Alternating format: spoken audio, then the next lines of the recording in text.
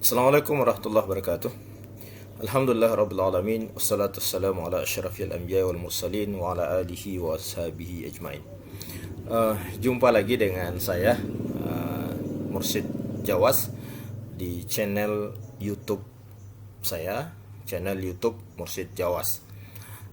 Pada kesempatan kali ini kita akan melanjutkan pengkajian tentang hukum Islam. Kalau pada video sebelumnya kita sudah menjelaskan tentang pengantar hukum Islam yang mencakup pembahasan tentang pengertian syariah, fikih, usul fikih, dan hukum syara. Nah, pada video sebelumnya juga kita sudah menjelaskan bahwa banyak pengertian syariat dan fikih yang dikemukakan oleh para ulama. Nah, di video sebelumnya juga saya sudah menjelaskan, menyinggung secara baik tentang adanya perbedaan antara syariah dan fikih. Nah, di video sebelumnya tersebut saya sudah menjelaskan bahwa dari segi masa berlakunya syariah itu diawali dengan diangkatnya Rasulullah Sallallahu Alaihi Wasallam ya menjadi nabi dan rasul. Kemudian periode syariat itu berakhir ketika Rasulullah itu wafat, dipanggil oleh Allah Subhanahu wa taala. Nah, setelah Rasulullah wafat, Al-Qur'an dan hadis itu berhenti, stop, sehingga syariah itu kemudian disebutkan perbedaannya bahwa syariah itu statis, tidak ada lagi penambahan, tidak ada lagi pengurangan Al-Quran dan hadis. Di saat yang sama, ketika syariah itu, periode syariat itu berakhir, maka justru disitulah baru dimulai periode fikih. Nah, periode fikih ini dimulai kapan? Sepeninggal Rasulullah Sallallahu Alaihi Wasallam, yang oleh mayoritas sejarawan fikih itu ketika menulis sejarah fikih itu tidak membedakan secara tegas antara periode Rasulullah, periode syariat, dan periode fikih. Itu semuanya dinamai dengan tarikh tasyri' al-islami, sejarah perkembangan pensyariatan Islam. Nah, disinilah letak perbedaannya, yang mungkin patut kita untuk mengutip pendapat dari Profesor Dr. Khalid Abu Fadl.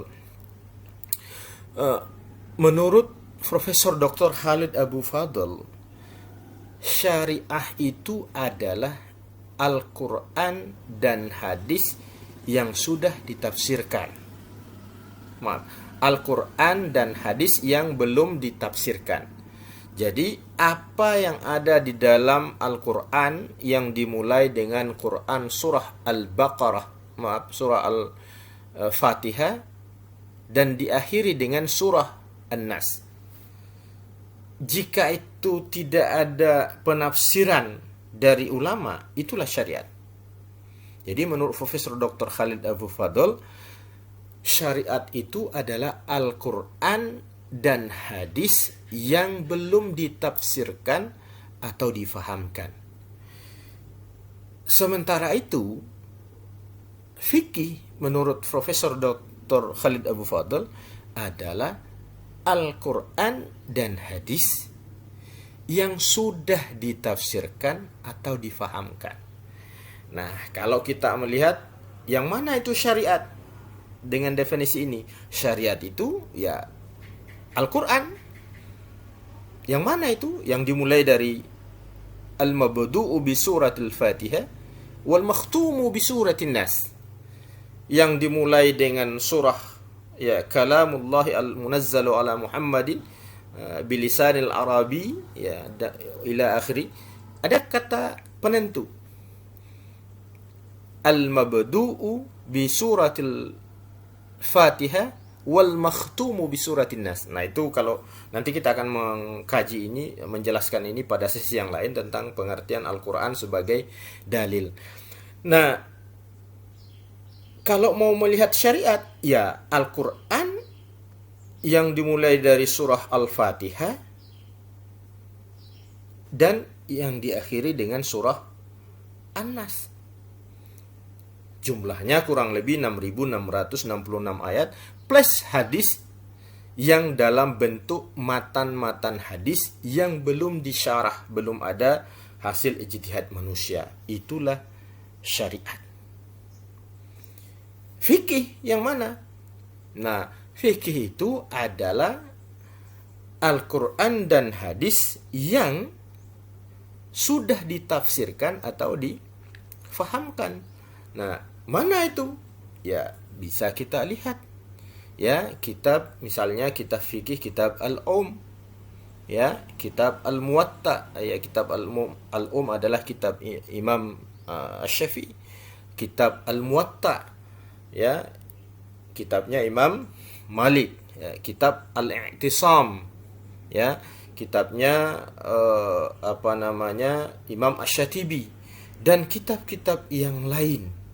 Itu semua adalah fikih.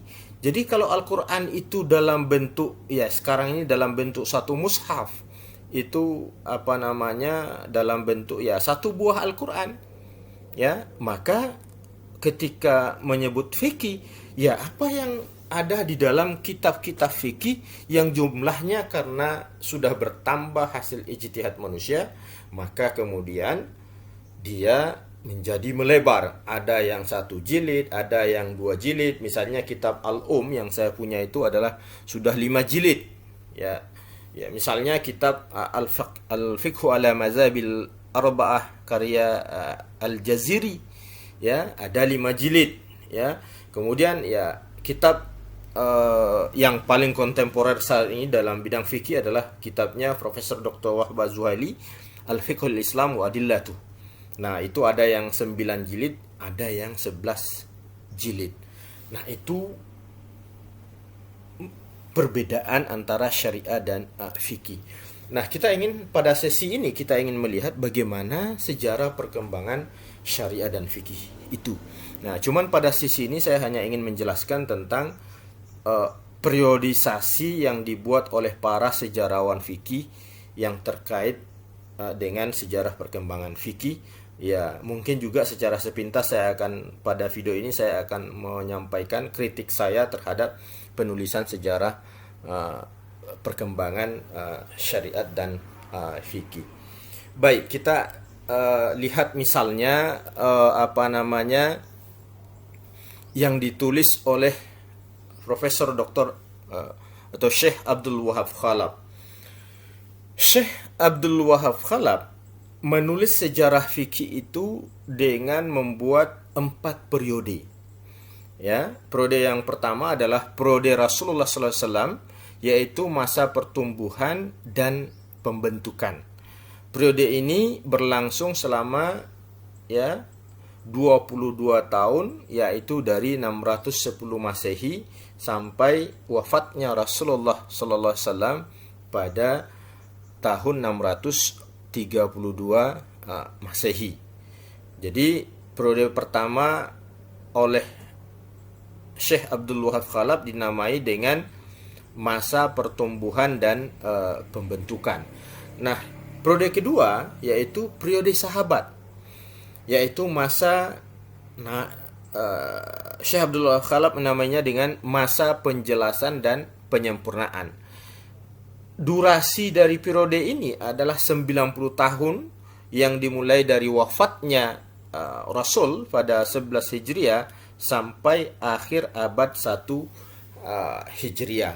Ya, jadi yang ketiga periode tadwin dan imam-imam mujtahidin. Jadi periode ketiga Syekh Abdul Khalaf menamainya dengan periode tadwin dan imam-imam mujtahidin, yaitu masa perkembangan dan kebangkitan tasyri'. Nah, ini yang paling lama, ya. Lamanya 250 tahun, yaitu dari tahun 100 Hijriah sampai 350 Hijriah, paling lama dibanding dengan dua periode yang sebelumnya tadi. Nah, periode yang keempat, nah ini periode yang keempat dari tulisan Profesor Dr. Wahab Khalaf, yakni periode taklid, yaitu periode kejumudan dan kejatuhan, yaitu dimulai abad keempat Hijriah dan tidak diketahui kapan berakhirnya. Nah, ini juga dari 4 periode yang dikemukakan oleh Abdul Wahab Khalaf ini, kritikan utama saya adalah ketika menulis sejarah ini, sejarah perkembangan fikih ini, menarik untuk kita cermati bahwa Profesor Abdul Wahab Khalaf ini membagi periode perkembangan syariat dan fikih ini kepada 4 periode, mulai dari periode Rasulullah, periode sahabat, periode tadwin, dan periode taklid. Ini sepintas kita lihat sangat simpel dan sederhana. Tetapi kalau kita melihat sejarah perkembangan yang terakhir, ya, itu disebut dengan periode taklid, yaitu periode kejumudan dan kejatuhan. Kelemahan dari ini, maka kalau kita ikuti ini tanpa melakukan kritik sejarah, maka kita harus mempertanyakan saat ini kita di periode mana. Periode Rasul tidak mungkin, periode sahabat tidak mungkin, periode tadwin tidak mungkin. Nah, artinya saat ini kita yang hidup sekarang ini, yang di dunia IT hari ini, ya oleh Abdullah Khalaf berarti masih periode taklid. Nah, ini kritikan untuk yang ditulis oleh Abdul Wahab Khalaf. Nah, sementara itu sejarawan yang lain, penulis sejarah fikih yang lain adalah Syekh Muhammad Ali As-Sais. Nah, ini Syekh Muhammad Ali As-Sais ini menulis periodisasi perkembangan syariat dan fikih ini. Ya, saya menyebut syariat dan fikih ini karena saya secara pribadi mendukung secara tegas adanya perbedaan antara syariat dan fikih. Sementara Abdullah Khalaf dan sampai yang akan kita jelaskan ini Muhammad Ali As-Sais menamai bukunya ini dengan kitab Tarikh Tashri' al-Islami. Jadi sejarah pensyariatan hukum Islam. Jadi tidak walaupun saya hakul yakin kita harus meyakini bahwa mereka tentu sangat faham bahwa syariah dan fikih itu sangat berbeda. Tetapi tidak di dalam tulisan mereka ini tidak, pembagiannya ini tidak disebut sejarah syariat dan sejarah fikih, tetapi sejarah tashri', ya, sejarah pensyariatan, sehingga seolah-olah dari tulisan ini nampak sekali bahwa tidak ada perbedaan antara syariah dan fikih. Nah, dari 6 periode yang disusun oleh Muhammad Ali As-Sais, Syekh Muhammad Ali As-Sais, yang pertama periode tashri' pada masa Nabi sallallahu alaihi wasallam. Yang kedua periode tashri' sesudah masa Rasulullah, yakni masa Al-Khulafa Ar-Rashidun.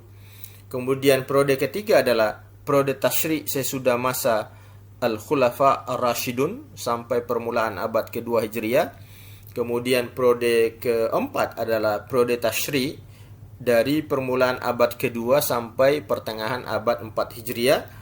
Kemudian periode kelima, periode tashri' dari pertengahan abad keempat sampai jatuhnya Baghdad. Periode tashri' dari jatuhnya Baghdad sampai kini. Nah, kalau pembagian dari penulisan sejarah fikih oleh Syekh Muhammad Ali As-Sais ini yang nampak berbeda adalah kalau pada periode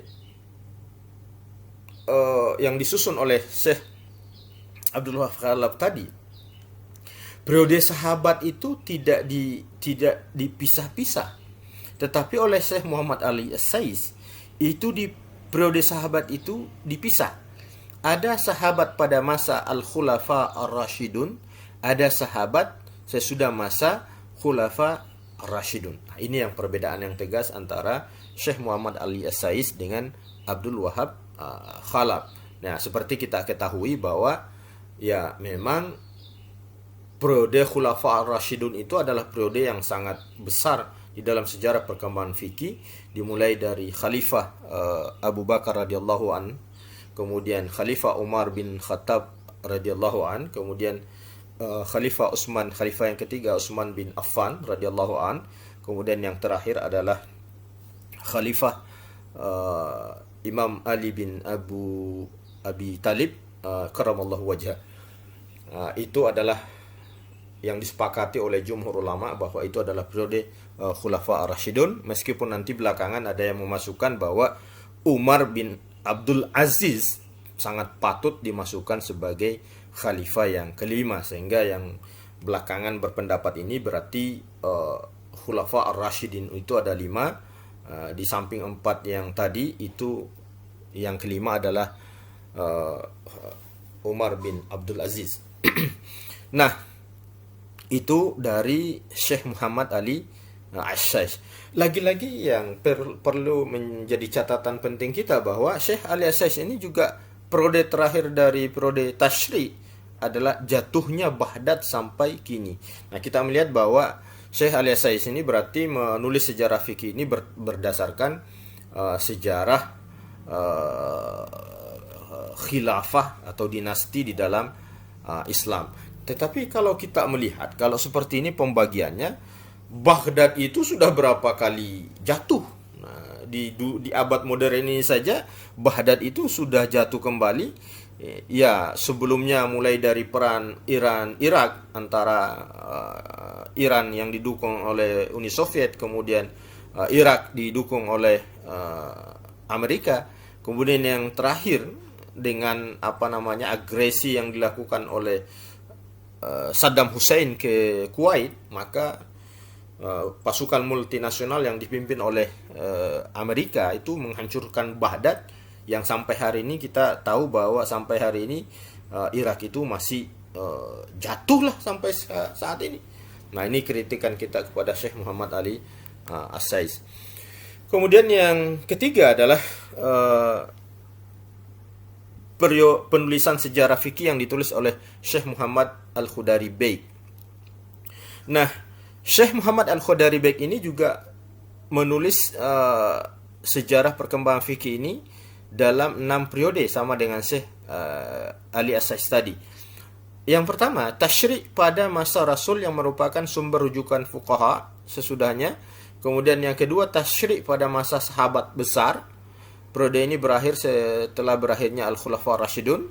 Yang ketiga adalah Tashri' pada masa sahabat kecil, termasuk di dalamnya tabi'in. Periode ini berakhir menjelang akhir abad 1 Hijriah. Yang keempat, Tashri' pada masa terbentuknya fikih sebagai salah satu disiplin ilmu. Periode ini berakhir pada akhir abad ketiga Hijriah. Kemudian Tashri' pada masa masuknya persoalan-persoalan fikhiyah dalam kancah perdebatan dan munculnya pengarang-pengarang kitab yang besar dengan berbagai persoalan. Periode ini berakhir dan berakhirnya Daulah Abbasiyah di Baghdad. Kemudian Tashri' pada periode taklid, yaitu sesudah periode kelima di atas sampai dengan sekarang. Nah, ini yang menarik dari apa yang ditulis oleh Syekh Muhammad Al-Khudari Beg. Jadi pada periode 6 itu sudah secara sarih, ya, eksplisit disebut Tashri' pada periode taklid yang sesudah periode kelima sampai sekarang. Nah, paling tidak sampai ketika Syekh Muhammad Al-Khudari Beg ini ditulis, berarti itu dianggap masih sebagai periode taklid. Nah, ini sebetulnya penegasan yang tegas dari Syekh Muhammad Al-Khudari Beg. Nah, apakah kita setuju dengan penulisan sejarah ini? Ya, silahkan kita ajukan argumentasi untuk membantah ini. Tetapi paling tidak, argumentasi yang bisa kita bantah bahwa hari ini bukan lagi periode taklid seperti yang disebutkan oleh 3 penulis sejarah ini. Yang paling utama adalah bahwa hari ini para fuqaha itu melakukan ijtihad, tidak taklid. Apa contohnya? Hampir hari ini masa yang semangat zamannya adalah IT. Setelah dunia modern, ya, kita masuk sekarang ini masa yang disebut ya saya penamaannya kita sudah beragam, ada yang menyebut post tradisionalisme, postmodernisme. Kemudian sekarang ini namanya apa zamannya? Ya, generasi Z hari ini apa namanya?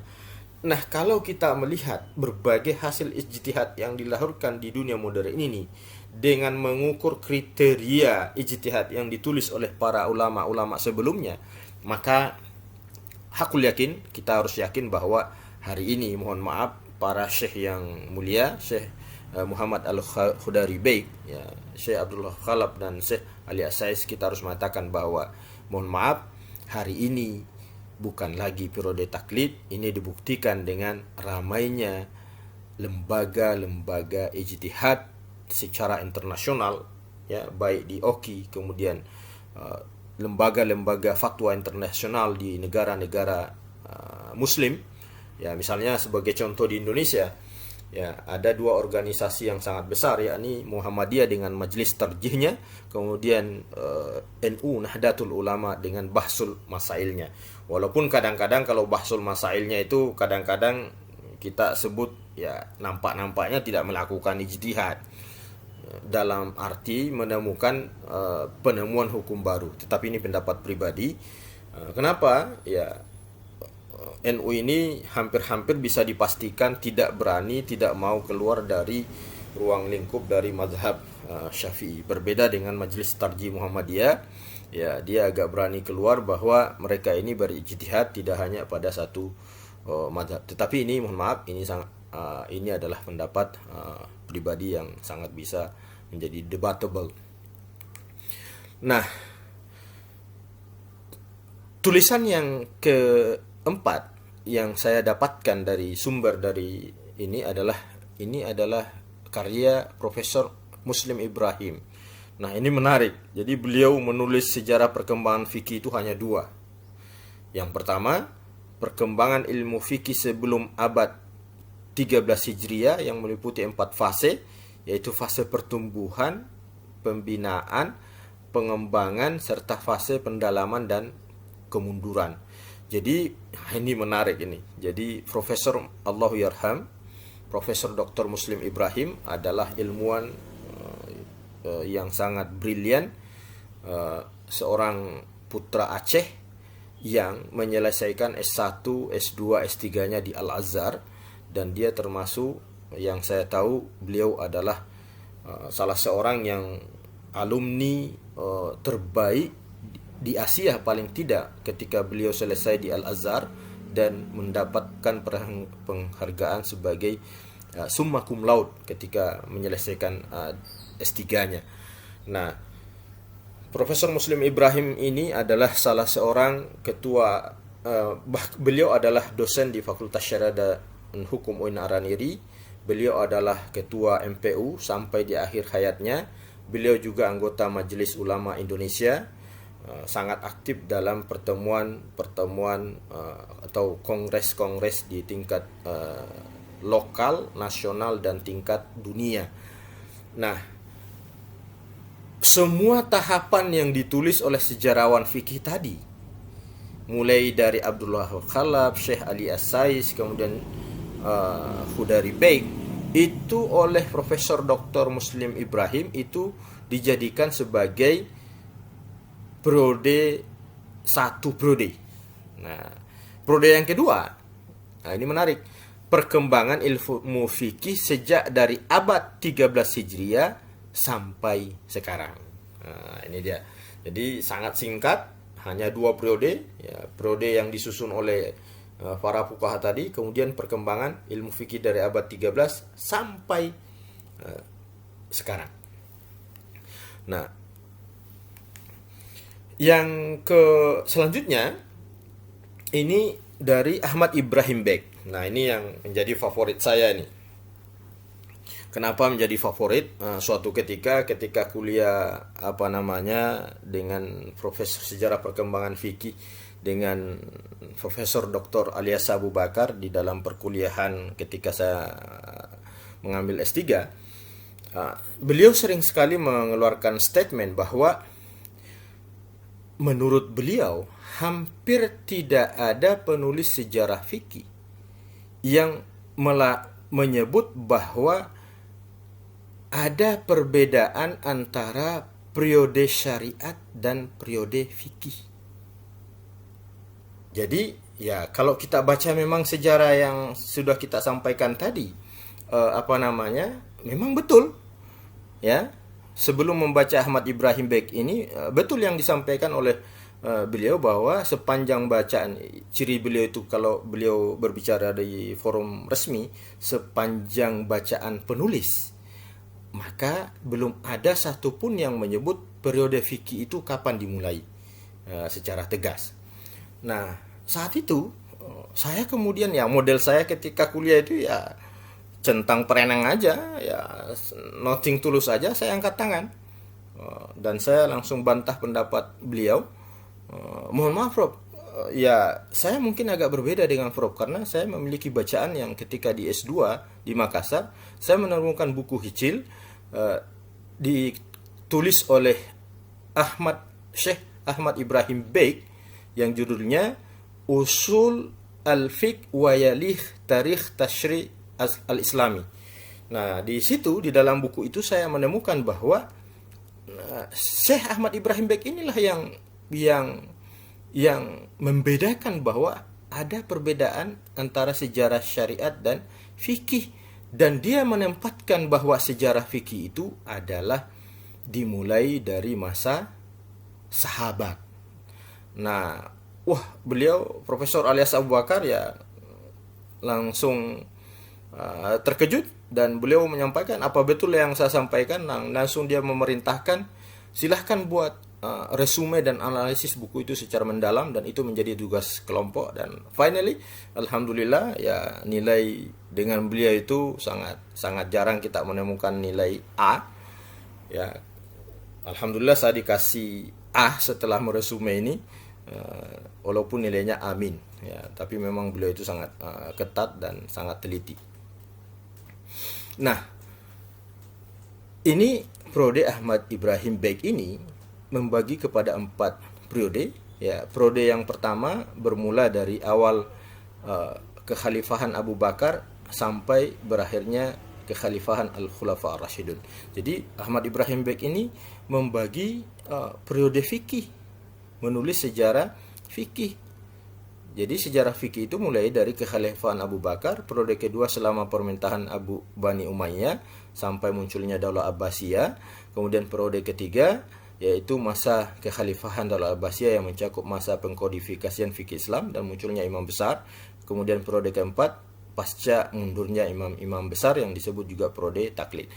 Saya setuju dengan periode ini, tetapi cara pembagian periodenya itu didasarkan kepada dinasti, jadi kurang tegas. Kemudian yang terakhir dari periode yang ditulis oleh Umar Sulaiman Al-Ashqar. Umar Sulaiman Al-Ashqar membagi periode perkembangan fikih itu 6 periode. 1. Fikih Islam pada masa Rasulullah. Kedua, fikih Islam pada masa sahabat. Fikih Islam pada masa tabi'in. Kemudian masa pengkodifikasian dan tokoh-tokoh mujtahid. Kemudian yang kelima, fikih Islam pada masa taklid dan jumud. Yang keenam, fikih Islam pada masa kini. Nah, ini pendapat Umar Sulaiman Al-Ashqar ini yang menarik. Nah, karena menyebutkan secara tegas fikih Islam pada masa kini, seperti dengan Profesor Dr. Muslim Ibrahim tadi. Nah, berdasarkan uraian ini kemudian saya melakukan kritik besar terhadap sejarah penulisan ini. Nah, salah satu kritiknya adalah kita yang di Indonesia bagaimana? Ya, Profesor Muslim Ibrahim sendiri tidak menyebut sejarah fikih di Indonesia. Nah, itu kritik utama. Ya, kritik utama. Nah, kemudian berdasarkan penelusuran saya terhadap penulisan sejarah fikih ini, kemudian saya membuat periodisasi ulang sejarah perkembangan fikih, yang kemudian saya sudah menyiapkan bukunya, yang saya beri judul Sejarah Syariat dan Fikih dari Mekah ke Serambi Mekah. Ini dalam proses editing terakhir. Mudah-mudahan rencananya 2019 saya terbitkan. Rupanya dengan kesibukan yang luar biasa tidak sempat saya terbitkan. Mudah-mudahan 2020 ini sudah bisa publish. Nah, itu di dalamnya salah satu kritikan utama saya adalah Indonesia adalah negeri dengan penduduk muslim terbesar di dunia hari ini.